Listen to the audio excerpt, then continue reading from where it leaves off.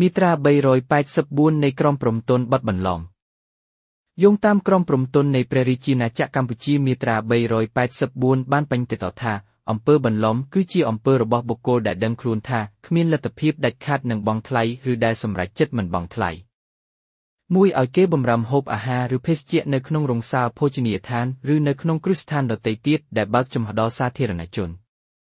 ពីរឲ្យគេប្រគល់បន្ទប់មួយនិងកាន់កាប់បន្ទប់នេះនៅក្នុងសន្តាគារឬគ្រឹះស្ថានដទៃទៀតដែលបើកចំហដល់សាធារណជន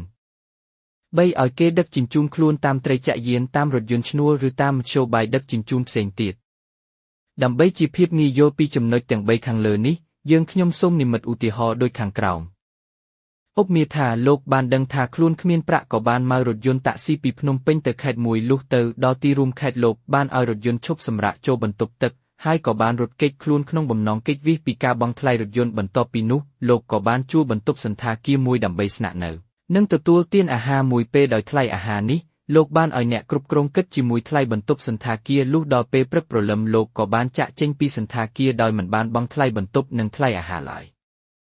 សកម្មភាពរបស់លោកក្នុងចំណោមសកម្មភាពទាំង3ខាងលើនេះគឺជាការបន្លំដែលត្រូវបានបញ្ញត្តិក្នុងក្រមព្រំទណ្ឌនៃព្រះរាជាណាចក្រកម្ពុជាជនណាដែលបានប្រព្រឹត្តអំពើបន្លំត្រូវផ្តន្ទាទោសដាក់ពន្ធនាគារពី6ថ្ងៃទៅ3ខែនិងពិន័យជាប្រាក់ពី1សែនរៀលទៅ5សែនរៀលចំពោះការប៉ុនប៉ងប្រព្រឹត្តក៏ត្រូវទទួលការផ្តន្ទាទោសដូចគ្នាផងដែរ